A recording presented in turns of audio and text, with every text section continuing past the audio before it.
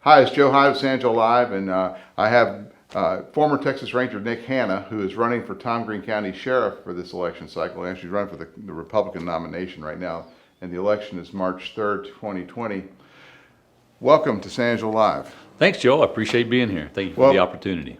Now, Nick Hanna is a little famous around here because a lot of the stories that we've covered, he's been the lead investigator, and he's prevented us from getting a lot of the information up until now. Now we know the whole inside scoop. But we know, Joe, I was kind of muzzled by the policies of my old department. So one of the good things about being retired is the muzzle's off. I can say what I'm thinking. So I'm really excited about that.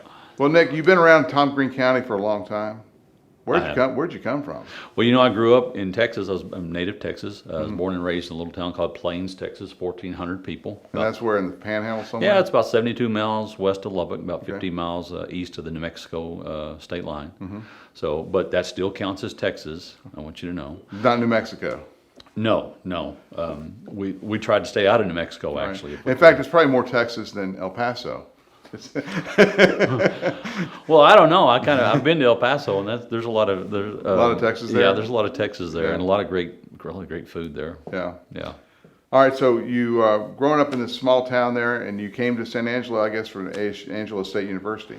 Yes. It's a funny story. When I chose Angelo State, the reason I chose it was because there was a sign there. I'd come through here on my way to my grandmother's down around the Austin area. And I remember seeing the sign, Angelo State University, right there at Avenue N. And so coming from Plains, I didn't know my way around anywhere. Right. But I knew if I went to San Angelo, I could turn right there and get to the school. So, that's... You wouldn't get lost. Yes. So my decision-making process has improved. Right. But really, it didn't start off the best. But you know what? I think it worked out pretty well. All right. Before I started covering the news, I had no idea how large the law enforcement community was in this county. And I think the time where it just finally hit me was back in 2013, 2014. There was a guy his name was Gabe. I can't remember the last name, but he holed up on his ranch. He shot his mom, shot his mom's attorney, and I was at the blockade. They wouldn't let us down to get to the ranch. But I was sitting there covering the stories at the blockade, and this is back when it was very, very competitive. You had the Standard Times there, you had all the TV stations there, but we were at March Road and Grape Creek Road. And I was sitting there waiting for information to come from the scene. And I mean, I've never seen so many unmarked law enforcement cars go through that gate. And I was thinking to myself, those cars are all over the roads here. How many, you kind of explained the law enforcement infrastructure of Tom Green County. Well, I would just start with your city police, and they're Right. responsible for calls within inside the city. However, it's not uncommon for them in an event where life is threatened. We're going to work together. So they probably responded out there to back us up. The sheriff's office, they have their marked patrol units, and they have their unmarked guys in their criminal investigation division, and so they'll also respond. And then, of course, we have the state police, and we have not only the black and white cars usually respond, but we have folks in the criminal investigation division of the DPS. They'll respond. Rangers, as I was at the time, will respond in unmarked units. Then you have the federal agencies, HSI and the FBI. And so those guys will come out, and it's really all hands on deck in a situation like that. Everybody wants to help. Nobody wants to get anybody hurt. And like you said, I've had a number of those experiences, and what you build is a network of contacts that you can reach out to and pull in help and be a force multiplier. Knowing your assets and what's available is a crucial part of being a leader of an office like the sheriff's office, because none of us are as good as no one of us are as good as all of us. And so when we utilize all our resources and all the taxpayer assets and monies, then we can successfully resolve issues where life is in jeopardy. Right. And also, I guess you could, for example, we've used Abilene SWAT team, or the bomb disposal unit. We used Abilene's bomb disposal unit before and a couple of things. So you have like your cross city lines kind of thing. Right. And a lot of it is how quick can we respond? DPS has their bomb techs. We have some, Goodfellow has helped us before in the past. The same with folks up in Abilene. So knowing what you have is a big key into solving the problems that we can expect. And society is changing. We've got these mass casualty events. We've got these incidents at churches. And so I just spent 8 days, not very long ago, in Midland, Odessa, helping with that scene, with the active shooter, the dynamic active shooter in that situation. And so the experience, the boots on the ground perspective, we're plugging those kind of things in right now, and working with the administration of the police department, our DA's office, the DPS. So we're working to be prepared, as prepared as you can be for something like that. And those things are going to be event driven. So you can't prepare for every eventuality. To give the reader or give the watcher, the viewer here, a little bit better idea of how law enforcement works in these large operations. One that I recall is one of the first stories I wrote, and I was a very minor part of it. I wasn't, reporting day to day, but the FLDS situation in Schleicher County, Yes. El Dorado, Texas. And I'll just summarize it. We had it's a breakaway group of the Mormon Church, led by Warren Jeffs, and they set up a compound down there and built a very fancy ranch and sanctuary and things like that. And 1,681 acres. And someone got a phone call that said that they were abusing little girls there. That's right. And so, take us through that. Were you the investigator, or were you one of the investigators on that? I was one of the investigators. I received a call from my captain, and he said, "Hey, I want you to go to the New Bridge Family Shelter." They received a call, and I think we're going to have to go in there, but we're going to have to keep it confidential and make sure you stress the importance to those ladies there that they don't release this information because of the nature of the call. So that was my day one call. Went and talked to those ladies. Sure enough, we ended up executing a search warrant out there for Sarah Barlow, the juvenile that we were looking for. We spent just under 7 days on the compound, and we gathered massive amounts of evidence. It's still the largest child abuse case in U.S. history. From that, we were able to triage the evidence, identify the offenders. We made about 13 criminal cases. We did not lose any evidence, which I'm really excited about. We did not lose any cases in court, despite strenuous challenges from some really skilled defense attorneys. And the case has carried me, I guess it's been my career case, because it's carried me to Utah and Arizona, and we're doing trials up in Canada, British Columbia, in their Supreme Court right now for bringing underage girls across the international lines for the purpose of sexual abuse. And so you never know when the opportunity to make a difference is going to arise. And I think it speaks well for San Angelo and for Texas that we stepped up and did something about this situation and interrupted that culture of abuse. As we move away from events like this, and the one in Waco, the David Koresh situation is no different. You have, the initial shock of what was actually happening kind of fades. Sure. And then you have, voices that come out, usually conspiracy theory voices, they'll come out and say, well, that was Janet Reno who set David Koresh on fire. In our situation, they're saying, well, they were just a church. Why don't you just let them have their own freedom of religion? Isn't that part of the Constitution? What do you say to people like that? Well, this is what you say. The Constitution protects your beliefs. It does not protect acts. And it's it's boils down to that. It's that simple.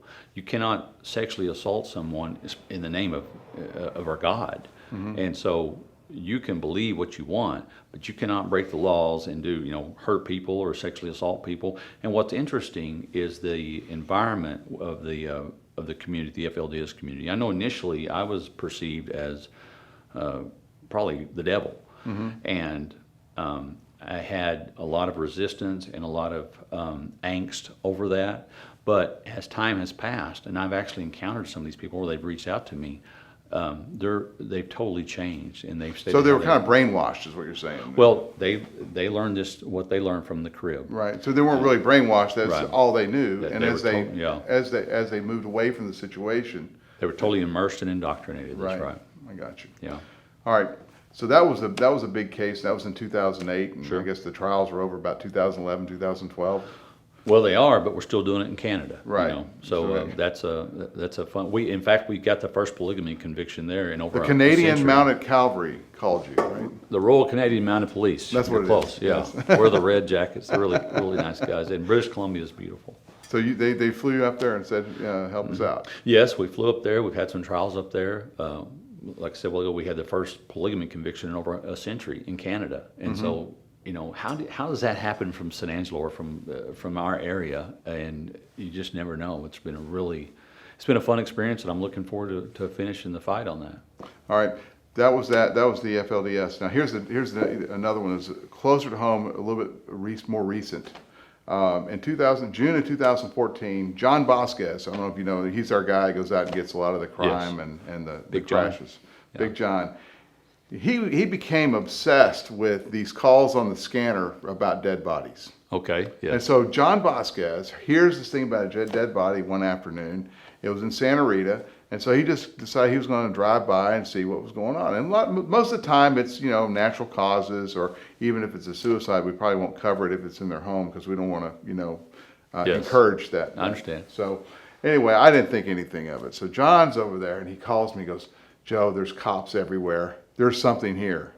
And what that turned out to be was a week prior, the DPS had sent out a press release and had a picture of this guy. And this is back when the DPS would attach the booking photo of the suspect. But it was John Sullivan, and he had this wild white hair, looked like this, methed up Santa Claus guy. And he had been calling the Girl Scouts here locally and saying nasty things on the phone to him. And then they had booked him into jail for some kind of child sex crimes or whatever. And he was out on bail.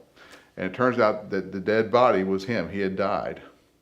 And then this turned into what we know today as the Raisa Pata John Young trial. Yes. This thing happened, and it was almost routine until, how did you decide to go after this and figure out that, hey, maybe this will for $8.3 million? I think it was 8.7. $8.7 million. Yes, yeah. Maybe this will shouldn't have been leaving all the money to John Young, his defense attorney.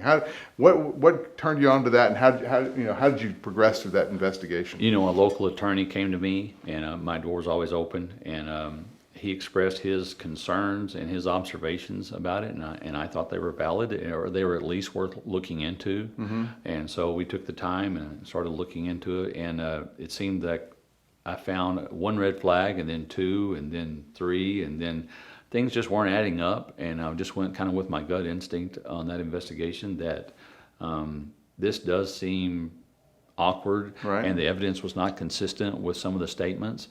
And, just one day at a time, we did a lot of handwriting comparison and a lot of interviews. And the handwriting comparison comes from the fact that it was a handwritten will, and the suspicion was that Raisa Pata, a local businessman here in San Angelo, who's Right. also a bail bondsman, had forged the will, the handwritten will. It's called a holographic will, and Right. that's a handwritten will. Mm-hmm. And it originates over in England, which is kind of funny. A farmer had been on a tractor, and he fell off the tractor. The tractor rolled over on top of him. Uh-huh. And as he's pinned underneath the tractor, inside the fender, the grease, he writes, "All goes to the wife." Uh-huh. So that was the first legal precedent for a holographic will. Gotcha. And so that's how the will was passed in our at the probate hearing, Uh-huh. as a handwritten will. Right. And it was a very interesting case. It was very challenging. It was well defended, and I'm 100% confident that justice was done in that case. Okay. And in that case, of course, Raisa Pata and John Young were convicted, multiple charges related to forgery of a will. Yes. Yes. Yes. And you can look on San Angelo Live and read all about it. We'll link to it in the story below this video. I think you should link all my stories, actually. All your stories? Yeah, all my crimes, Is there yeah. one that I haven't even mentioned? Well, there's a half a dozen you haven't mentioned, so That's probably, we probably didn't know about it, right? probably not. Yeah, I try to keep stuff from you. All right, Sheriff's Department. Yes, sir. Our Sheriff's Office. It's actually not a department, it's an office. That's right. How are you going to, you're going to be up against the wall on budget just because of how the county is funded and how the state has mandates. We know that we have a limited amount of money for patrol, things like that. How are you going to manage the shortfalls you're going to have? And you're going to have them. Well, we're going to work smarter and not harder. And I'll tell you, there's a few things we have in mind. Number one, we're going to work on our culture down there to continue to improve our culture. We want competitive competition for promotions. We want to bring in people who are called to law enforcement because it is a calling. You can't do it for the money. Right.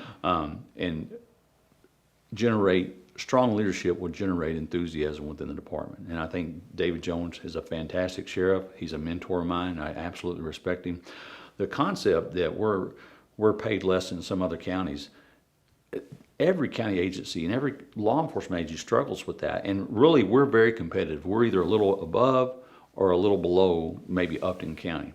Right. But hey, you get to live in San Angelo. Right. That's a benefit. Your wife can get a job here. The quality of life, the restaurants are great. There's a lot of They have a university for your kids. they have a university for your kids. There's a lot of fringe benefits that come with living in this community. I think it's, Texas is my favorite place. West Texas is my favorite part of Texas, and San Angelo is my favorite part of West Texas. And that's what I'm going to sell to the folks that I think need to come work for us and make a positive effect for our county. Sheriff Jones was a big part of the professionalization of the sheriff's departments or sheriff's offices, and you see this throughout the state. How you have professional law enforcement officers are taking over these sheriff's departments and turning them into, like for example, for Jones' case, he brought in the cold case investigations.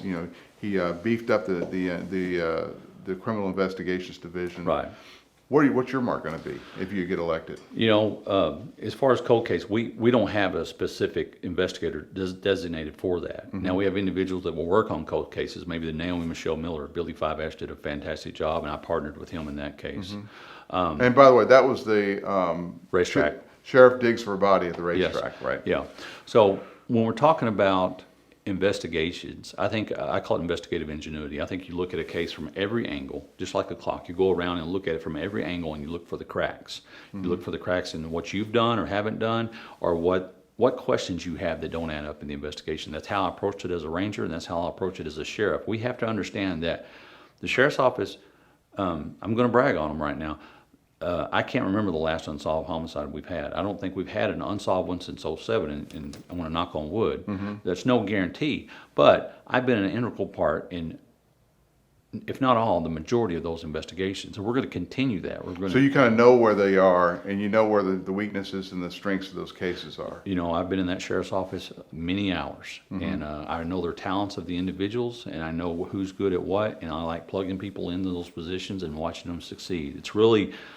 It's a great feeling when you do something, but it's really even a better feeling when you put somebody in a position and they succeed at it. And you knew going in they were not 100% confident, Right. And so that's part of the joy of leadership. All right, so the next sheriff that gets a gift from the County Commissioner's Court, an $80 million jail, brand new jail, up there on the northeast corner of the county, the Roy Yes. K. Robb thing. Yes. And that's going to cause some logistical problems. Wouldn't you think? I mean, we're going to have to drive an extra 20 minutes to jail, put someone in jail. Here's how we overcome that. Okay. Okay. The officers are having to spend too long in jail right now. Why is that? Why They come in, they've got to book their property in, they've got to go through a booking process, they've got to write out a complaint. So they're spending a lot of time there. The new jail's not set up that way. They're going to come to the door, and they'll never come in. They'll drop them off at the door. So that's going to be much more efficient. Jails outside, just like Lubbock did it. That's the thing now. They're building correctional facilities outside of the city proper. So that's the nature of the business. So we're going to be more efficient at that jail in getting our prisoners booked in and out. And then of course, if you arrest a prisoner on that side of town, it may actually be closer. So we're looking forward to that. My goal is for that 10 years for that jail to be a 10-year new jail. And I think it will be, because we have the resources and the manpower to do it. When you say 10-year new jail, what do you mean? I mean, the facilities, we're going to stay in good condition. I got you. We're going to stay on top of that. What we have to worry about, and as a ranger, I would go and investigate, when we'd have an in-custody death, I would go investigate those incidents, whether it's, God forbid, a suicide or So a this medical is a problem. death in jail. Yes. You have to have an independent person come in and look, Right. just to make sure everything's good. And it always surprised me. So we don't have an Epstein situation. Well said. Yeah. So it always surprised me that I would put these investigations together, and the medical paperwork was squared away. The video is squared away. The jail cell checks were squared away. Policies and procedures were squared away. And we still face great scrutiny for liability purposes for lawsuits. And so we have to make sure we're on our game there, or the city or the county is exposed to tremendous liability. So we're going to stay on top of that and keep those costs to a minimum. The fact is, a jail's a tough environment to live in and to work in, and we've got to make it the best we can for both the inmates and for the jailers. And I think I really respect the people we have out there now. It's my hat's off to them. A lot of people couldn't do it or wouldn't want to do it, but we want to give them all the support and training we can and keep our policies, procedures, and training in place to keep our liability down. Okay. I'm going to ask you a hard question now. Ask away. You ready for a hard question? I am. All right. So the complaint I hear, Sure. and you know, we have the sheriff versus sheriff situation going on in the primary. Right. And complaint I hear is you were set up by Sheriff Jones. They held open the chief deputy position open for you, and then plopped you in there and didn't give anyone else inside the sheriff's department a chance. Well, I understand that could be the perspective. The thing is, for me, you know, as a ranger, I retired a little bit early, and you have a certain window of opportunity to be the sheriff, and I want to be the sheriff of this agency. And so I retired when I retired for my family, the best benefit. When you of the say a family. window of opportunity, you mean like you didn't want to run against David Jones? I would not run against David Jones. That's one. Okay. Number two, of course, if you're engaged in employment with the state or the Department of Public Safety, you cannot run for public office. So I had to retire to run for public office. I see. So the window of opportunity for me was I wanted to work every month I could for my family, and now I'm 100% totally committed and on board with the sheriff's office going forward. And if it's God's plan, that's what we're going to do. All right. Well, Nick Hanna, it's a pleasure. Thank you, sir. Thank Joe you for Hyde. bringing us. Joe Hyde with San Angelo Live. This has been Nick Hanna, the Republican primary. Is there going to be a Democrat sheriff? There's not, is there? No, not in this case. No Democrat sheriff running. Anyway, the Republican primary is March 3rd, and you have a choice of voting for Nick Hanna or Keith Muncie. Early voting is February 18th to the 28th. See there? Look at that. These marketing people. Yeah. Wait, well, you're a law enforcement guy. Anyway, Well. Joe Hyde, San Angelo Live. Thank you for watching.